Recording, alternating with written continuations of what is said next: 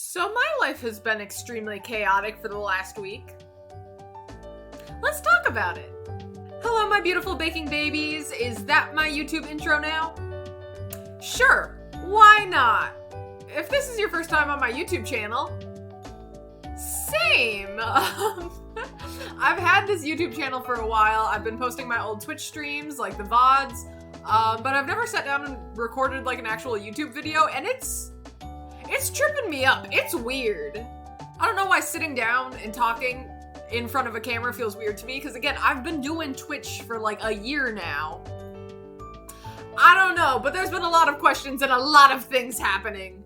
So to summarize my life real quick, I quit my job.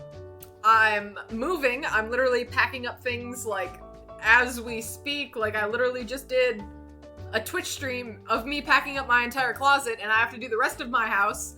But I wanted to answer a lot of questions for you guys, because you guys have a lot of questions. So, first things first, where did I work? Because there were so many questions, and some people actually guessed, which was weird. Like, I don't know if you are stalker level, or you just know a lot of bakeries, or you live in the area, and I said something weird that you're like, hey, that's that one bakery. Because if not, if you're stalker level status, that's honestly pretty good. I recommend you go try to get a job at the FBI. But long story short, without further ado, that's a lie. I'm gonna give you some hints to try to guess at where I worked real quick. You could say we were the GOAT of Chicago restaurants, like the real GOAT. We made sweets for the kid in you. These are all puns. I used to work at Sugar Goat. So a quick bit of GOAT history.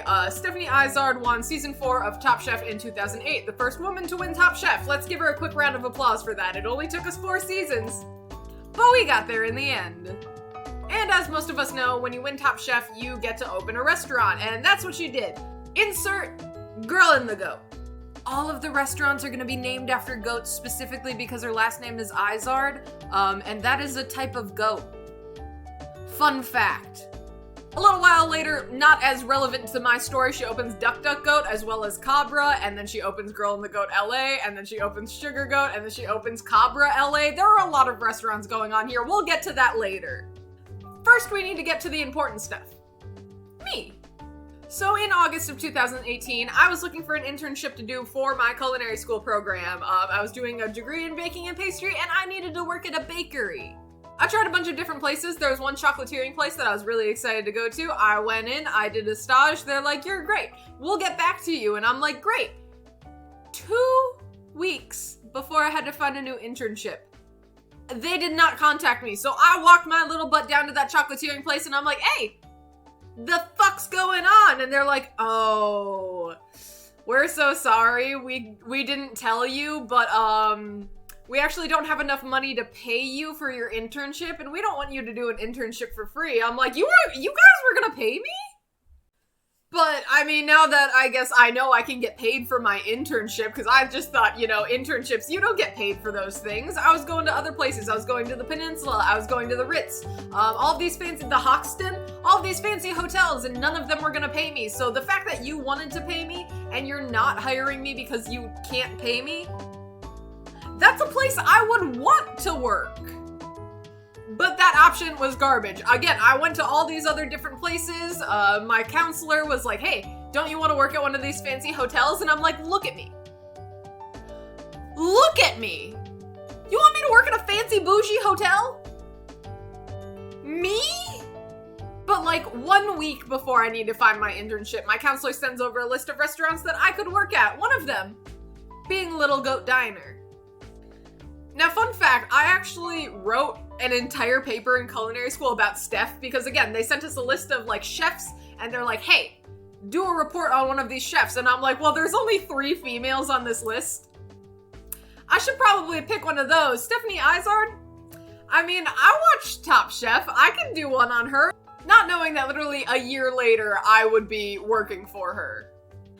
But Little Goat Diner, I walk in, I'm like, hey, let me do a stage.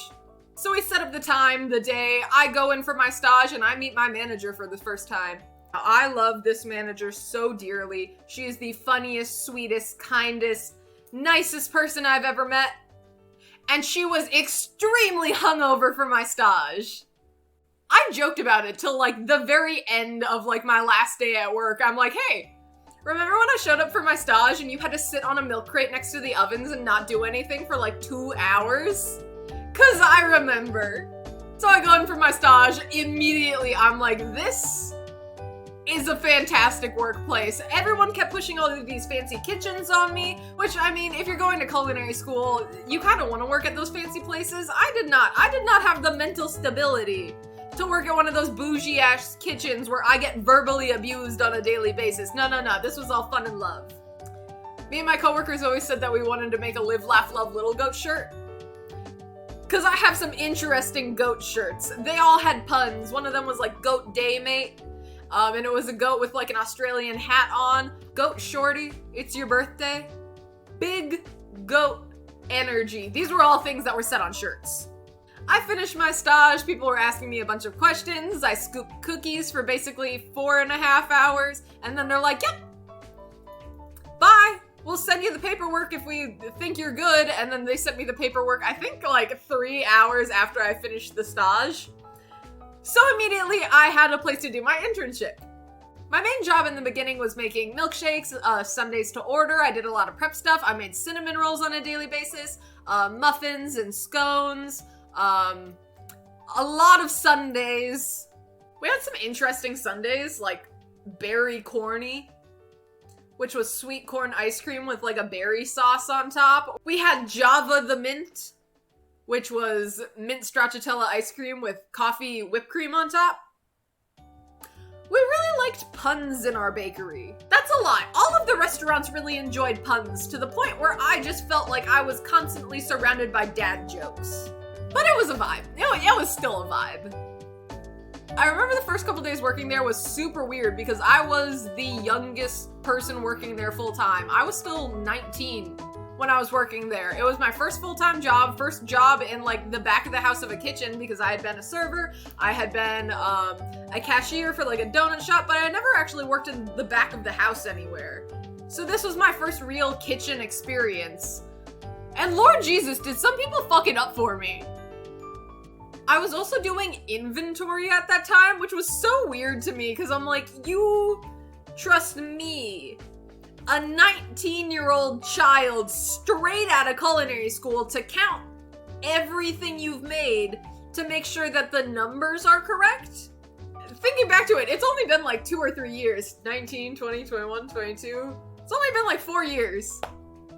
I was still a little baby though. I literally had to like go back through my TikTok memories and my Snapchat memories and all of these other things to try to remember what like the first couple months of my job were like. Because it was interesting. The bakery made pizzas for everyone every Tuesday. Like, so we would make a bunch of different pizzas, shove them in the pizza oven, and then that would be our dinner. And one of my coworkers had grabbed a bunch of vegetables from downstairs. Now, I had never really been in the downstairs cooler before, where all of the savory prep stuff is kept, because again, I'm not savory, nor am I prep.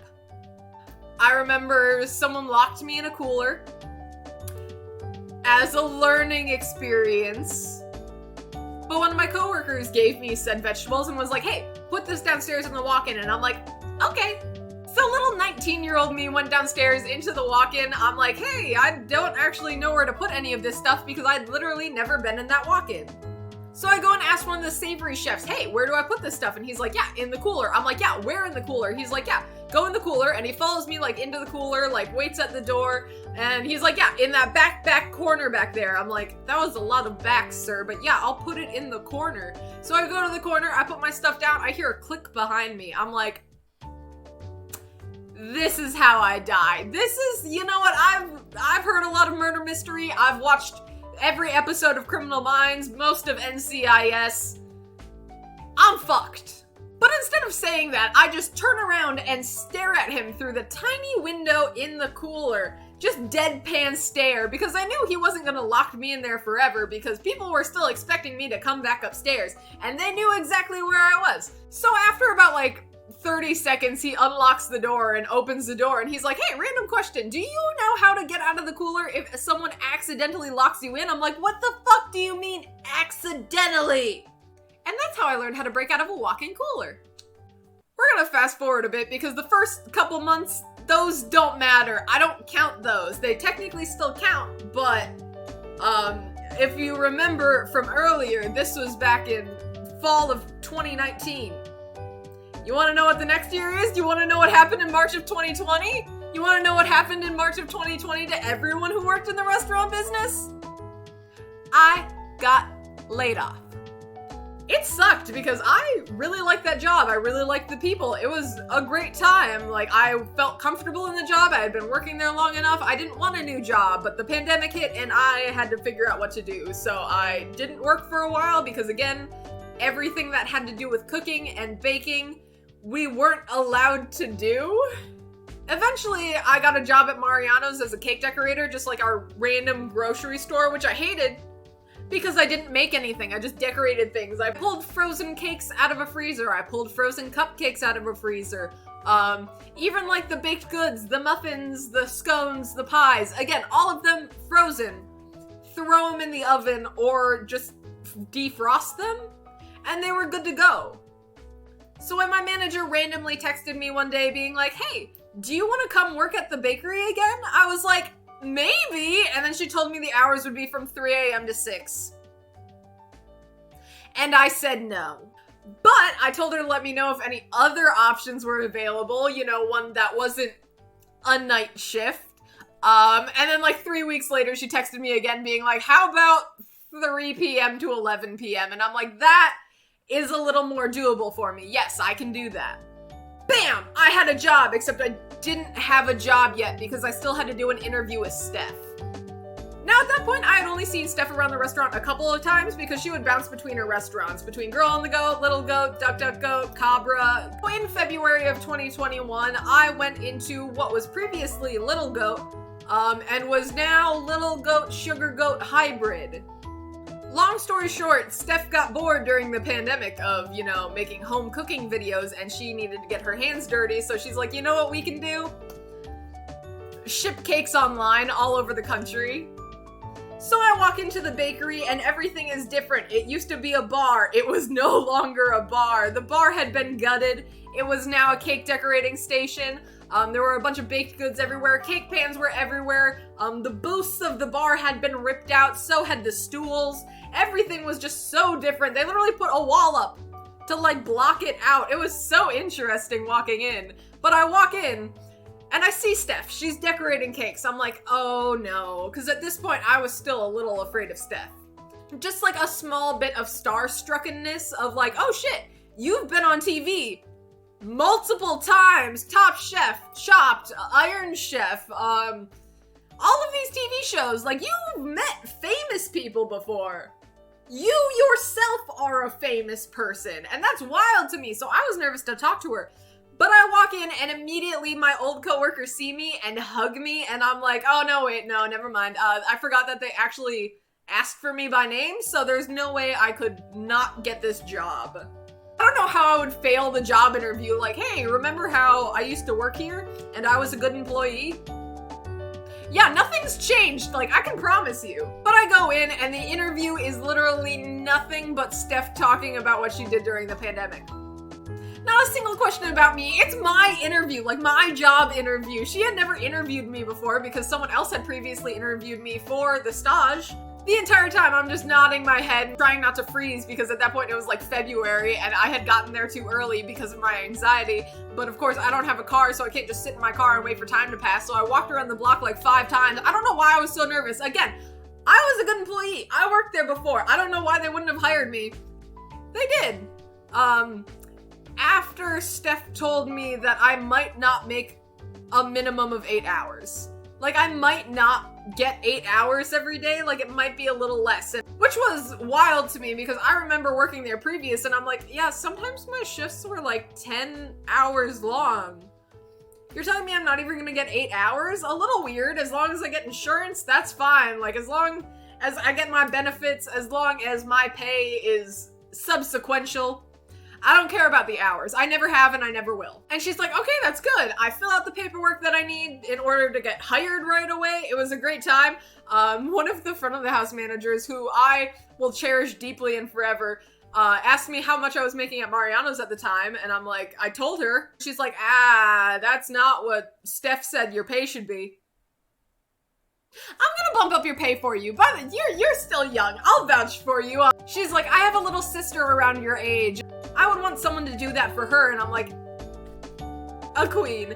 Just bump my pay up by $2 just because she's nice. Like, this is peak tier place to work. So I go home. The next day I put in my 2-week notice at Mariano's, and then in 2 weeks, I start at Sugar Goat. So I remember my first day before Sugar Goat. I woke up at 8 a.m. because that was usually the time that I would wake up to go to my job at Mariano's at the time. So I'm like, oh, like I'm still on the same schedule. Might as well wake up a little bit early, accomplish some stuff. Like, it'll be fine. I get a text from one of my old coworkers being like, oh, hey, I heard that you're joining the team again. That's great. By the way, yesterday was a 13-hour shift. Less than 8 hours, my ass. So I'm like, oh, well, I've already woken up early, and apparently I'm gonna get home at 3 a.m., which is exactly what happened. I worked my first day. It was a 13-hour shift. I baked cakes for 4 hours. It was hell, and then I went back the next day because this was my job now, and this is what I decided to do. The 9 to 5 at Mariano's, the 15-minute paid breaks, the lunch breaks, the employee discount at all of the grocery stores apparently was not worth it to me because I wanted to work these long-ass shifts. It was insane. It was right before Valentine's Day, which is a big holiday for bakeries because everyone wants to get their loved one a baked good. Not one that they made from scratch with their own love and heart, with our spite and hate. And it continued like that for a while. I think it was because we were understaffed, but Steph does not like having a lot of people in the bakery. I don't know why she thinks that we can make all of these things with 4 employees, but that's what she thinks. Skip ahead to me working there maybe 2 or 3 months. Steph was like, hey, everything's opening back up again. The restaurants are opening back up. Nature is healing. Mason needs to get out of here. But the restaurants could open back up again. And previous to, her opening Sugar Goat, she was opening a restaurant in LA. Across the entire country, she would fly to open her restaurant. And Steph, I like to compare her to a child. With toys, she will always love the new shiny toy best. And then all her other toys just kind of get left in the dust. They get left in the toy box. She forgets about them, and they just kind of sit there to rot. Which is exactly what happened to Sugar Goat. But we'll get to that later too. But she goes to LA. She opens Girl and the Goat LA. And she's like, hey, I need bakers. I don't have anyone here. I can't hire anyone here for some reason. Don't know why she couldn't hire anyone there. But she's like, hey, do a bunch of people from Sugar Goat want to move to LA to work for me? She stole employees from one of her restaurants to ship to another restaurant without realizing that, hey, we still need these employees here. Like, literally stole our employees. Like, at least 2 of them. I can't remember if it was more or not. It was definitely 2 of them. Fast forward a couple weeks, no one wants to work at Girl and the Goat LA. Besides the people who already went there. Like, she literally just couldn't hire anyone out there. I don't know why. Again, I don't know the specifics of it, but what I do know is that she would steal our employees for 3 to 4 days so she could fly them over to Girl and the Goat LA so her regular employees at LA could have a weekend, like 2 days off, because they would be working for like 3 weeks straight, no days off, because again, she couldn't find anyone else. So she would fly people out to the other side of the country so her employees could have 2 days off. What? But as everything else is opening up, so are all the other restaurants. The not LA Girl and the Goat. Little Goat Diner was open. Duck Duck Goat was open. Cabra was open. All of these places were opening and running. And she wasn't in the state, nor would she be in the state for like 4 to 5 months at the time. Like, these restaurants are running, completely without you. Like, without you knowing anything about the situation, because you were so focused on a restaurant that you decided to open in an entirely different state. Now, I need you guys to know that I'm not dissing Steph at all. Like, there is no bad blood. She's a great person, amazing chef, like a beautiful restaurant owner. But Lord Jesus, has she spread herself so thin. Like, if you try to open a bunch of restaurants across the country by yourself, but also not by yourself, because she's been backed by Boca Restaurant Group, which does a good majority of everything besides the food. Like, they cover health insurance and, like, employee stuff, rent on buildings, other stuff. I'm not entirely sure. She's just spread herself so thin that she can't do it all. And she tries to. She really does. Like, I hear about her schedule where it's like, oh yeah, she wakes up at 4 a.m. so she can go to the gym for a couple hours, and then she has a son that she needs to take care of, and then she's doing all of this stuff at restaurants. She also does a lot of TV appearances, and it's like there's so much fit into her day, into her schedule, week, life, year. I would have broken. Like, my brain would have snapped in half, and I'm shocked that hers hasn't. But it's obvious because she's not putting her all into everything. She's putting her all into the thing that matters most to her in that moment. I want to keep saying long story short, but this is a long story, nor am I making it any shorter. But long story short, we used to make bread from scratch. We stopped doing that. Like, we would make hamburger buns and, like, sourdough loaves, and, like, there was this one cranberry pepita bread. Ugh, beautiful. But, like, we just didn't have the employees because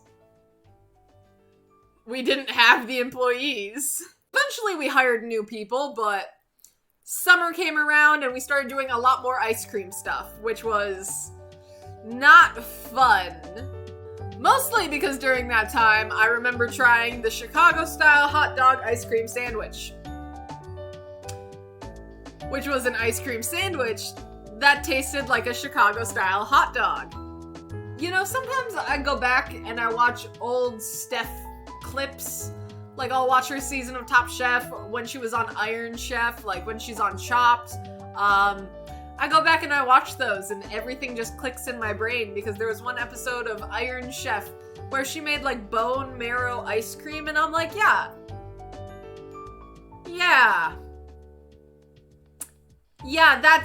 this is normal for her.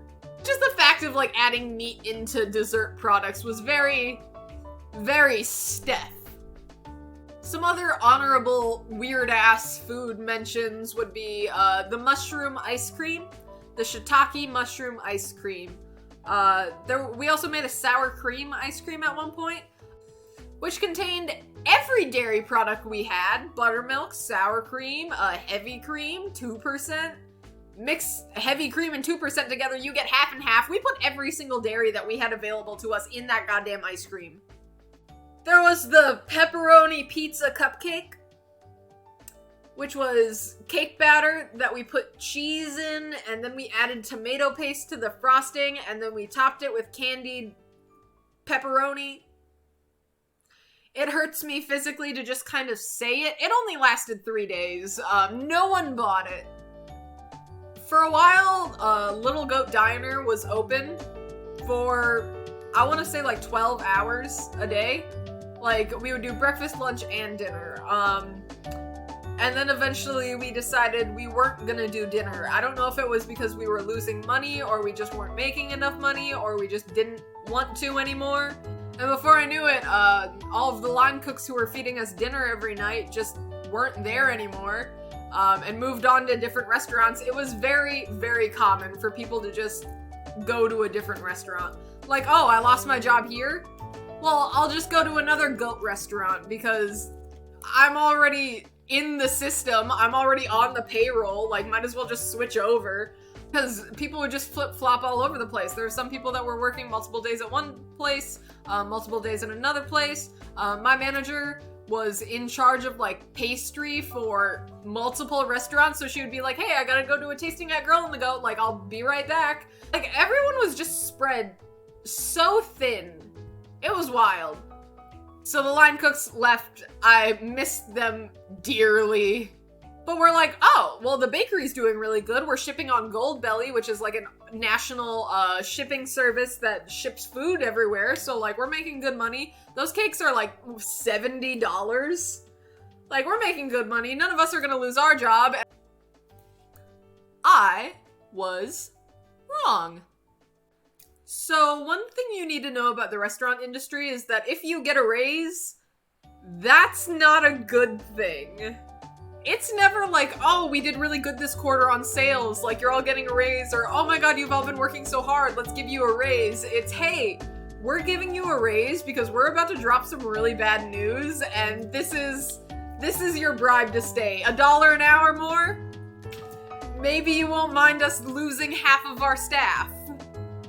Which is exactly what happened. All of a sudden we all got $1 raise, and we're like, that's great, but why? And then my manager was like, gather round, children. And anytime she gathered us around, we all knew it was a bad time. So all of a sudden she's like, gather around. And we're like, what's up? She's like, hey.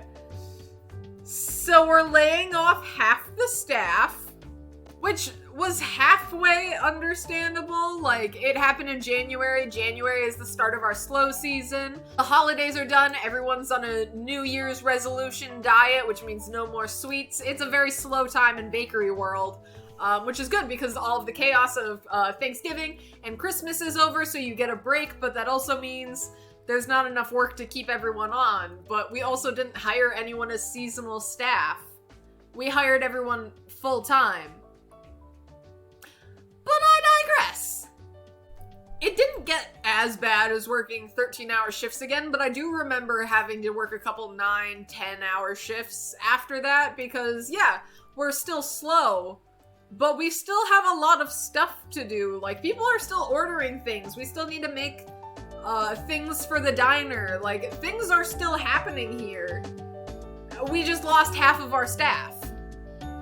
The other time we all got a raise was probably about 4 or 5 months ago, maybe in the summer. All of a sudden we all got a raise, and there were also signs posted everywhere that there was a mandatory meeting that was mandatory, and we're all like, hey, why are we having a mandatory meeting on all of our days off?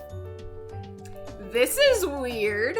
So I remember you could have showed up to the meeting in person or on Zoom, and it takes me an hour to get to work by public transportation, so I wasn't gonna spend an hour on a train to get to work to participate in an hour meeting to go back home for another hour on the train. So I logged on to Zoom, and Lord Jesus, the technologically savvy people are limited in restaurant work. I don't know what it is about people that are like, oh, I don't need to learn how to use a computer or any major technology because it's not important. Like, I remember specifically that the computers in the office had Word 2016. Like, we couldn't have updated that at any point. Anyway, I log on to the Zoom meeting, it's starting, and I see Steph is there. And Steph hadn't been there for a while. Like, she was doing her own thing in California. She kind of forgot about us for a little bit, but she came back. And all of a sudden, I just see her talking, and I see everyone else in chat who was in the Zoom meeting is like, hey, we can't hear because there was no sound. So all of a sudden, like, no one's paying attention to the Zoom meeting because everyone's paying attention to the real meeting, and we're like, hey, by the way, what the fuck is going on? Because we don't know. We were told to show up to this meeting, and now there's no sound, there's no nothing, like, what's going on? And all of a sudden, one of the front of the house managers looks at the computer, and she realizes that there's no sound, so she, like, starts fixing it, and all of a sudden, Steph comes on, I hear her voice, and she just says, it's been a great time here, but I don't know what else to do. Which, with zero context, is fucking just mind-blowing. So we try to get some information because we're like, hey, yeah, no, literally none of us heard what you just said. All we know is that something bad is happening. And it was, because we had to be out of the restaurant. More specifically, the building that we were in. Apparently the rent was too high on the building, and we just couldn't afford it anymore, but Steph said that she would find new buildings for everyone, so we would still have our jobs, but it would just be really rough in the next couple months. So I believed her. Don't know why, because anytime that Steph came into our lives, shit went down. Like, I remember there was this one time that she was holding, like, an event, and we were not supposed to be working the event. The bakery was just supposed to be doing the bakery stuff that the bakery always does. And she proceeded to come into our space, which is also technically her space, but again, we're the ones doing the job that she is paying us to do. She comes into our space, takes over most of our countertops, 2 of our ovens, which really we only had 2, and just fucked everything up. Like, we were so behind that night. I remember I was so frustrated at everything because she obviously did not have respect for us as her employees, because she just took everything over and didn't allow us to do our jobs. Like, there's literally a picture on some famous chef's Instagram that's like friends with Steph, and you can see me in the background so just frustrated. I think frustrated is the right word that I want to use. I was mad. There was another time she came into the restaurant, the power went out. Did she do anything to help the power outage? Did she help at all while we were putting stuff in ice? Did she help at all? Did she even show up to our restaurant, or was she busy with her other restaurants? No. She was too busy with the other restaurants to, you know, stop by. She stopped by after the power came back on, insulted one of our cakes, and then tried to make one of our employees leave. Another time, she came in and did make one of our employees leave. Which she did not make the schedule. She didn't know what was going on in the bakery. She didn't know what was going on in the restaurant because she would show up maybe once a month. Because she was too busy with Girl and the Goat. LA. Like, coming in and just kicking out employees because there's too many people working today. Again, I digress. But we're like, oh, okay, sure. Yeah, we'll get a new building, and everyone was actually really excited for because at this point, Little Goat, Diner, and Sugar Goat were in the same restaurant. Like, the diner was serving the savory food, pastry was doing milkshakes, and we had a little window open for cupcakes and ice cream and stuff. But we would be our own separate bakery, and we were super excited about that because we were sick and tired of having to deal with the savory chefs. In the end, the savory chefs were not my favorite. They didn't know what was going on. We knew what was going on, but they didn't know what was going on, which means we didn't know what was going on. Like, we knew what was going on, but, like, we didn't know what was going on. For example, we made biscuits for the diner. We made, like, a biscuit for biscuits and gravy. We made a cheddar scallion biscuit for, like, a sandwich, a breakfast sandwich, and they were super good, but, like, they were basically baked to order.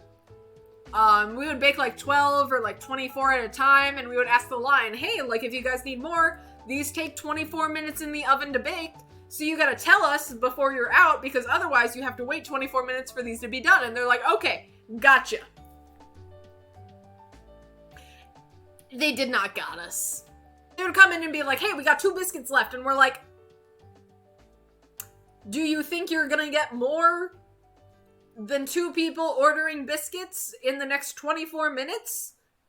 Oh, you are? Well, shit. We'll go fuck ourselves then.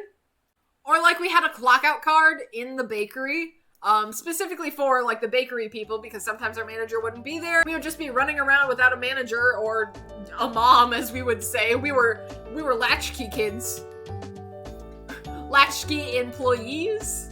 We would clock ourselves in, and people would come in and ask us to use the clockout card, and we would let them because we would just assume that they checked in with someone before they clocked out, or they were done with their work and couldn't find anyone to clock them out. So we would clock them out because they asked politely, and, like, why would we question it? And, like, the manager of the line would come back and yell at us for clocking someone out, and it's like, I'm sorry, this was not our employee. I don't know why you're yelling at us. He just wanted to go home. He couldn't find you because you were in the office chugging a beer like you usually do, because that's not unusual for line cooks. So I'm sorry someone wanted to go home and we let them, but, like, I don't know, maybe be better? Know where your employees are? Do your fucking job? No one could ever find a front of the house manager either. I don't know what it was about, like literally everyone other than the bakery just crumbling around us, but like the bakery was doing pretty well this entire time. But also during this time, Steph would be sending pictures of restaurants and bakery spaces to our manager, who would be showing us, and we were getting super excited for the new bakery. There was an employee review we did, and one of the questions was, what is something you would want to learn in the next like 6 months?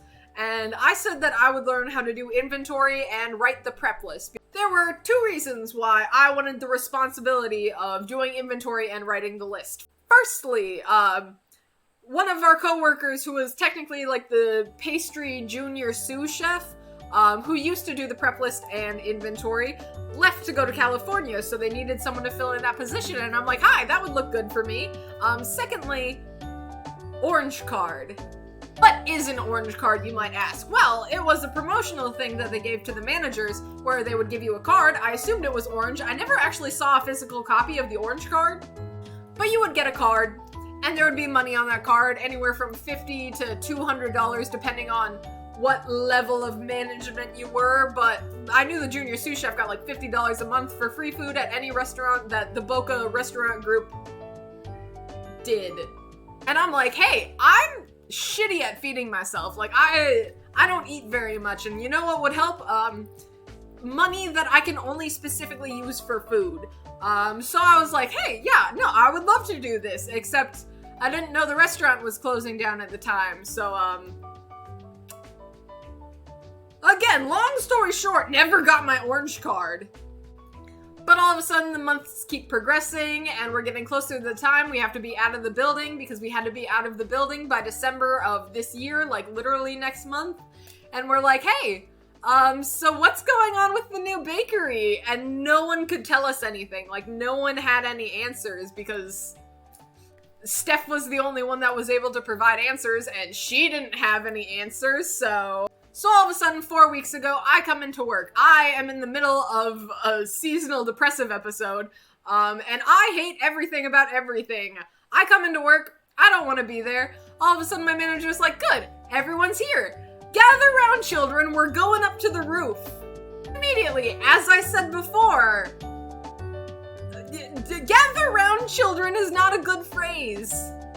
So we all sit down on the roof with the giant spinning goat, and we're like, hey, what's up? And she proceeds to tell us that Steph did in fact not find a new location for the bakery. She found one for Little Goat Diner, but she did not find a building for Sugar Goat. Ergo, we didn't have a space to be in. Ergo, we would all lose our jobs. Which at that point, honestly, was a little comforting, because I kind of hated being there. I kind of hated the job. I loved the people, but the people were not worth the stress and anxiety that was the bakery job. I'm not gonna lie to you guys, I was this close to quitting right there on the roof, and honestly, I wish I did a little bit. I could have saved myself a lot of stress and anxiety during the holidays. More specifically, Thanksgiving, more specifically, Pie Apocalypse. And at that point, I was the only person who knew how to close and do inventory besides my other manager, who also on the roof gave us her 2-week notice, which meant I was gonna be the one doing inventory and the list on a nightly basis.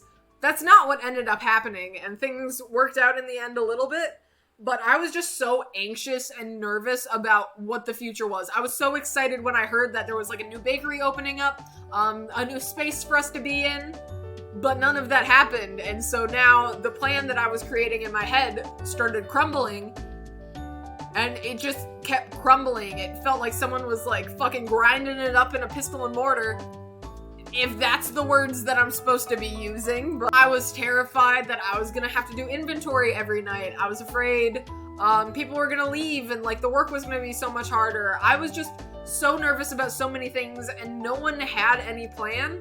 Like, I don't know, I felt like I just kept asking for a plan, like, hey, so like, what are we thinking we're gonna do in this last month, or like last 2 months? Because I would like to know what like the plan of action is, and I would get like a half-assed plan, Or like my manager would tell me, hey, we're gonna be doing this. And then I would ask other people about it and they would be like, oh no, I'm not doing that.